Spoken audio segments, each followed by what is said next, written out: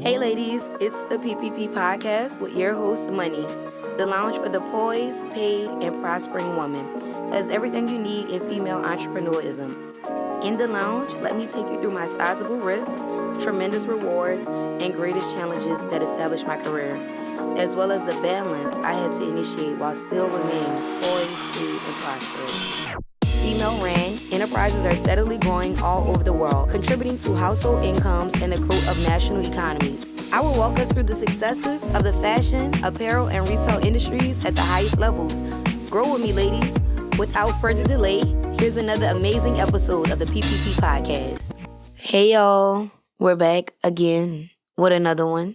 So today, I just want to let you guys know that everything is going to be okay. But, hey y'all, we're back again with another one. Thank you for tuning in. So, we left off with the evolution of accessories matter, right? But I want you guys to know that it's not gonna be in no order of my entrepreneur lifestyle. I'm not gonna talk about like things in a chronicle order. It's not happening. I'm going to go forward and I'm going to go backwards. I'm going to go left. I'm going to go right. I'm going to go up. I'm going to go down. You just have to grow with me on this journey. Don't be looking for a timeline of how I did what I did. And I know that I started the first episode basically telling you guys, the start of my entrepreneurism, but I don't want y'all to think that this is a timeline because it's not. Just listen every Thursday and you'll understand we'll become like family, okay? But you know how I was saying about my jobs and everything on the last episode? And then the evolution of accessories matter, okay? I didn't tell you guys that before I had accessories matter, y'all, I had a unisex clothing boutique called Trends by Moneyy. How did I not tell y'all that? I don't know. And then I thought about it and I was like, I didn't tell them about my first baby. That's crazy. I kind of put it up for like adoption, but it's still mine. It was a unisex clothing brand. And that was something I started when I first got out of high school. I ain't know the first thing about nothing. I just knew that I liked fashion, I liked clothes, and I could sell stuff. I could sell anything. Yo, how did I not tell y'all about that? We still got an Instagram. I still got inventory. It's gonna come back around those styles of clothes that I did purchase for that. Well, shout outs to my mama. She actually invested into that business. Yep, she did. I'm gonna give her credits. She invested. She brought my inventory. And then I just was like, I can't do it. But some years later, But it was unisex. It was all tops. But they were so cute. Well, at least to me, I thought they was. But I'm gonna figure it out. I'm gonna start selling them again. Or I'm gonna just donate them to the homeless. Get a tax write-off. We always looking for write-offs. Don't write off too much, y'all. Ooh, child. But yeah, I wanted to touch bases on Trends by Moneyy. That was when I first got out of high school. It was just online. So today, by me mentioning Trends by Moneyy, right, and how I started it and I couldn't stop, let's just talk about that. Let's just talk about how I knew that I had a vision, right, but I didn't know the direction, if that makes sense. I guess that's the best way I could describe it. Like, I knew that I liked fashion, knew that I could sell anything. I didn't really have the direction. I really didn't have the guidance, the resources. And when I say resources, I mean, I just didn't know what it was that I needed to do. Like, I just knew I needed a website. And I don't even think I had patent the name at the time. Like, I didn't copyright anything. I doubt it. I just was like, I need a website. And I think I built the site on like Shopify. Maybe it was Big Cartel. That was very popular back then. So it was either Shopify or Big Cartel. So I knew that I needed a site to sell it on. But like, I didn't have a bank account, a business bank account. I didn't make it an LLC. I didn't do anything really right. I mean, I ain't gonna say I did anything wrong because I didn't really do anything. But I really just didn't have the guidance that so many people have now. So, right now we're in such an era where it's just like business, business, business. Like start a business. And you have Google. You got Google and you got so many people just giving out free game, whether it's on YouTube, whether it's on Instagram, whether it's on TikTok, whether it's your friends or your family, or a stranger, let alone. You have so many people to give the knowledge or people to ask questions. But then, I didn't know anybody that my mom is an entrepreneur, but they didn't know what I needed to do to be selling clothing. You get what I'm saying? I didn't have the resources that we have now. So, some people the resources could be anything. I just didn't have the knowledge that I needed back in 2013. 10 years later. Look at this. Look at me reflecting and just thinking about it. 10 years later. Look at time. A lot could happen in 10 years. That's a long ass time. I'm saying a lot could happen in 10 years. But a lot could happen in a year. I'm just reflecting, just thinking about it. So I feel like that's why, that business wasn't successful because I didn't know what I was supposed to do. I didn't know the price margins. I didn't know how to market. I didn't know who to market to. I didn't know anything. Again, I just knew that I wanted to sell stuff. I wanted to sell clothes, and that was really it. But I still got the inventory, so I might just put it in one of my stores and just see what happens. Put it at $20. Somebody gonna buy it. Or give it to the homeless. I keep saying that, but this stuff is nice. I mean, I used to wear it. I thought it was pretty cool, but that was me. That's what I thought. So I say all this to say, right, you guys, you don't give up. Because if I was 18, I opened my first store at 22. So look at that. Started a clothing business that was unisex. Didn't know shit about it. But I just gave myself time. I educated myself. I sought out the knowledge. Is that a word? I sought out the knowledge, I think so. Okay. I went to find the knowledge. I needed to obtain the knowledge that I didn't have so that I wouldn't be putting out my own money and it not working, see, when you playing with somebody else's money, you be okay with making mess ups. But when you're playing with your own money, you be like, this shit gotta go right because we don't got a plan B. It's only plan A. This shit gotta work because if it don't work, what am I do? So I guess, when it was my turn to do it on my own, it was we gotta make this shit work, I didn't have a plan B. I didn't have a plan B for the first thing, but I was just fresh out of high school.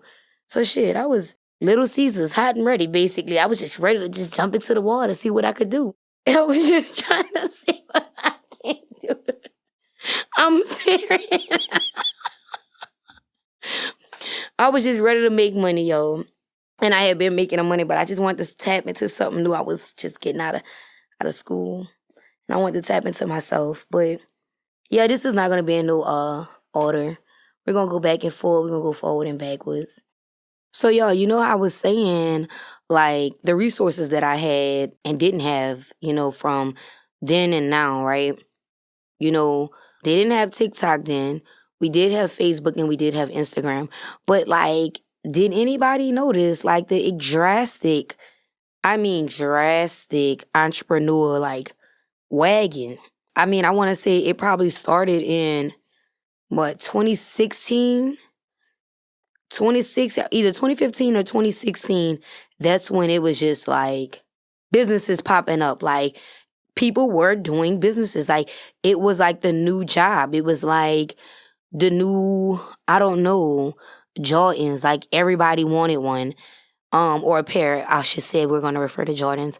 But, yeah, Instagram wasn't the same. So Because I don't want it to be like, oh, well, we did have Instagram. Probably wasn't utilizing it. But it wasn't the way that it is now.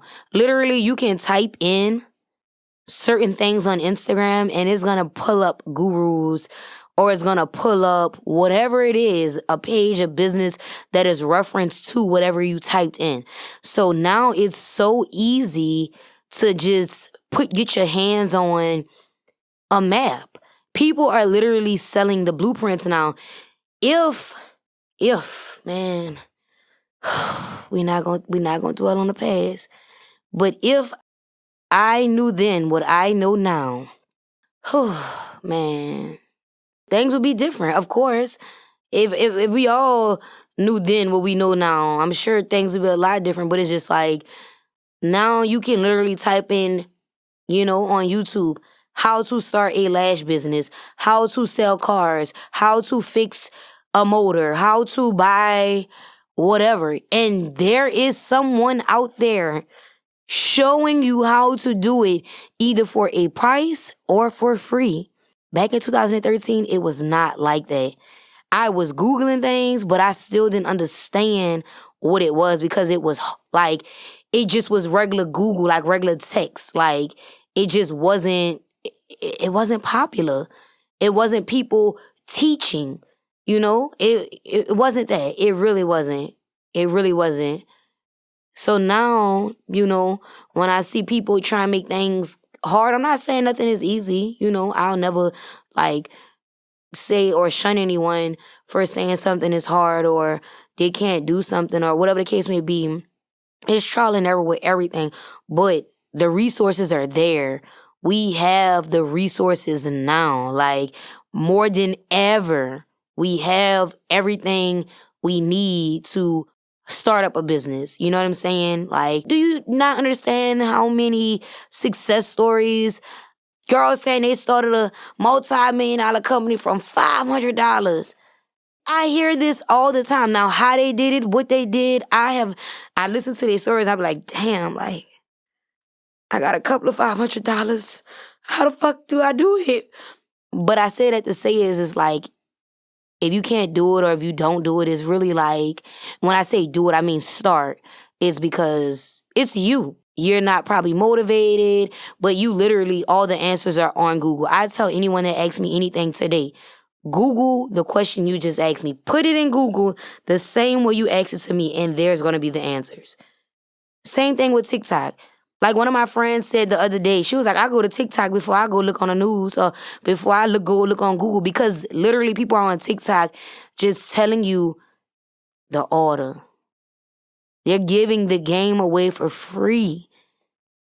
Now, they might give you a little bit of the game, 3/4 of the game. But shit, if you can't find that last piece, something ain't right.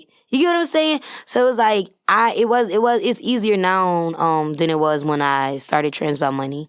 So maybe that's probably why, I don't know why it didn't go forward. I said I didn't know what the fuck I was doing, you guys. I just was wanting to do. I just had a vision and I just wanted to see what it was like. And again, I still have the inventory. So it's not really a loss, It's just no money was really, really, really made. I sold some items, but I didn't make profits, if that makes sense. But it's still there. I still could pull it out. I could still sell it. And I know that the trend will repeat itself because all trends repeat themselves. Whether it's, it ain't 10 years later, I gotta pull that stuff out to see what it looked like because I really don't even remember. I know what some stuff looked like. Yeah, I wonder. I'm gonna bring it back out one day. So when I'm saying it's 10 years later, you guys, this is important.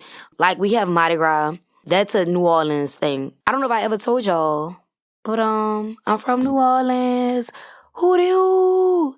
Yeah, so every year we have Mardi Gras. So just if you don't sell your Mardi Gras inventory, that trend will never go out. The colors are always going to remain the same. So you can bring that back out, right?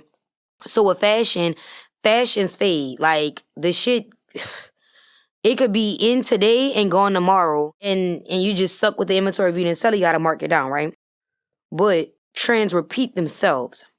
Just like right now, we are in this like silver metallic phase. But just 3 years ago, like right before COVID, we was in that reflective metallic look. And then literally 3 years later, the silver is back out. So that's what I mean.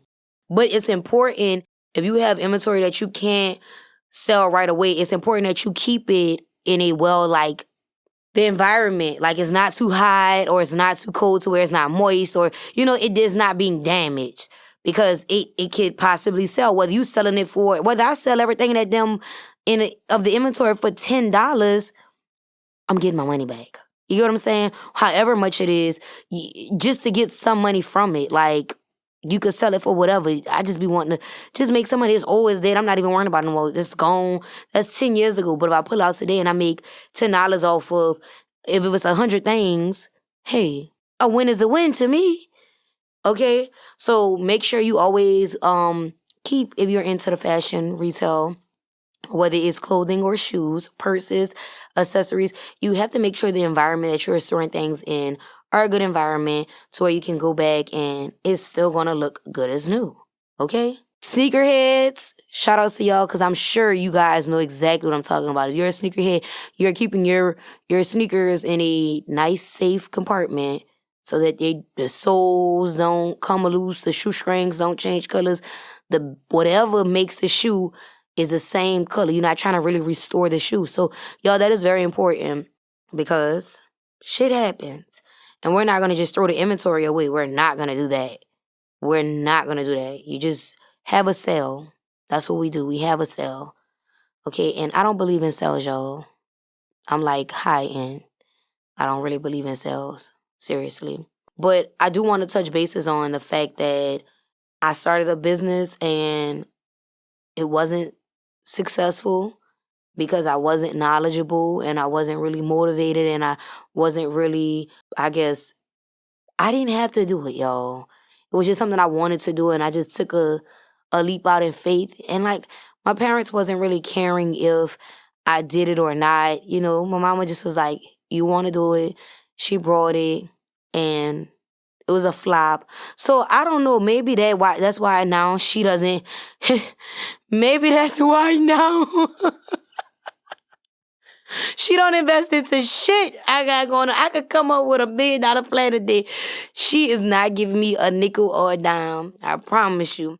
So I wonder if I burned that bridge. I'm going to have to call her up tonight and ask her, like, and then if I bring it up, she going to say, yeah, that's the type of mama I got. Like, she probably forgot about it, but didn't forget about it. But then if I bring it up and be like, Ma, when you brought that first round of inventory for me in 2013, and I ain't really, bring you back the re-up money. Like, is that why you don't invest into me now? She gonna be like, yup, that's exactly why, but that ain't why. She just one of those parents where it's just like, you gotta figure out if you gonna sink or swim. It's like a swim or drown type of thing. That's the type of, mother I have, if we gonna be totally honest. She's more so, you gotta get it how you live, basically. I ain't coming to save you, so you better make sure this shit work out, because I ain't paying no bills. I got my own bills. I got my own shit going on. She is not coming to save me. Like, not. I'm telling y'all, I can't ask her for nothing. Better let her play the fool, Lord. She'll let me starve. But you gotta stay motivated. I say that all to say. Stay motivated. Don't give up on yourself when your business or you're giving up on a business. Do not give up on self, because if I just felt like, oh, I couldn't run a business, or, oh, I'm not good at this, I would not have all that I have today. But literally from 2013, 14, 15, 16, I started my next business in 2016 and then opened up my store in 2017. Just 4 years later, you know what I'm saying? It was just a difference, a gap in technology, social media advancing, me just having that momentum, just wanting to keep going, me getting tired of people bullshit, people tired of clocking into people's jobs and shit. Like, 4 years made a difference. And it probably was less than yet because, shit, I didn't get my inventory until I was out of school. So you got to stay motivated, even when things don't go according to the plan or isn't the way you want it to go. You have to just say, all right, it's not a loss, y'all. It's a lesson. okay? I don't take no losses, okay? A loss is not always a loss. The L's are for lessons. I don't know who said that they were for losses, okay? L's are for lessons. I just learned my lesson. I was just like, I shouldn't be going head first just wanting to sell some shit. Like, have a business plan. You get what I'm saying? Like, those things matter. You get, like, especially if you want capital. Y'all, have a business plan. Have an actual, like, layout of what it is you want to do if you really want a successful business. You know, that stuff really matters. And a lot of people start businesses and don't have a business plan. They don't even have a projectile of where they want to see their business in the next 3 to 5 years.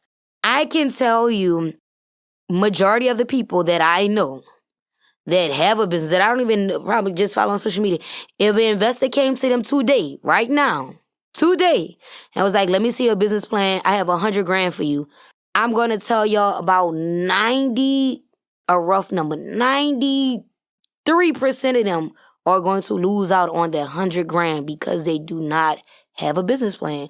So if I knew then what I know now, I probably would have been a little better off with that business because I would have had a business plan. I have a business plan for my businesses. You need business plans just so you could kind of see where you're going. You know, when we were in school, we used to have to do an outline. You used to have to do an outline for like papers or an outline for whatever it is. The outline was, yes, you used to have to do an outline for papers so that you could have the intro, the body, the conclusion. Y'all, I ain't been to school in a minute, but I'm sure that that's how I go. You got to have the outline. So you writing all these different notes of how you going to bring people in. And then you have these extra lines over here, like 5 sentences to 8 sentences of what the body's going to be. I forget what these words are called, but I know it's the body. The middle part is the body. and the climax, yeah, and the conclusion, you needed a outline for these things. I know it. So just like you need an outline for your papers, you need an outline for your business plan. Just some type of guide to see where your numbers are going to be at. What are you projecting your numbers to be? Who's your audience? You know, how much this costs and how much you're going to sell that for. What's the profits? It's just a better outlook. It just gives you a better vision to see, okay, I'm going to need money for this. I'm going to need money for that. I didn't have none of that, y'all. I didn't have none of that. I didn't even know about a business plan, but I stayed motivated. I just knew that I wanted to be my own boss. So I was going to have to spin the block again. And that's exactly what I did. I just spent it a little different. I said, all right, well, this didn't work. I'm going to do something else. And I did just that. You got to stay motivated. You got to stay consistent. And I've been saying this lately for 2023. My thing is, when you're not motivated, y'all, stay consistent. I think I want to put that on shirts. Like, I think I want to create journals or something. I need to start selling planners. I need to start and putting on there, when you're not motivated, stay consistent, because that's really all it's about.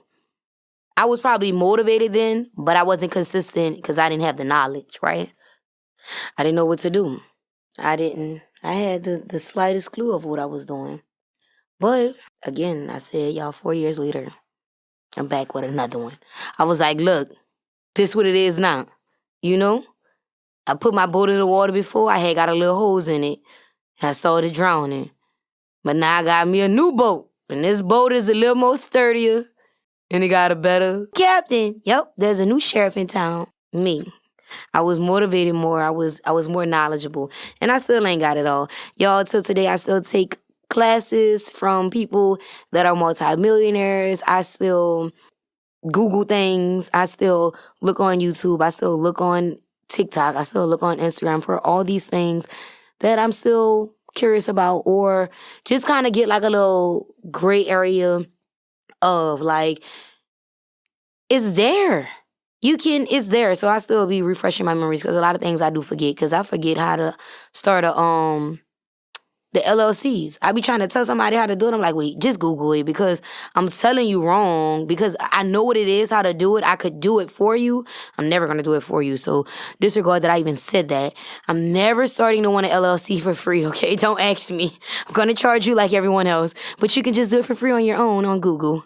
But yeah, like when somebody asks me these things, that's why I say Google's your best friend. YouTube's your best friend. Instagram, TikTok, all these places are your best friend because they give you the game for FREE. That spells free. Yep. Just like that.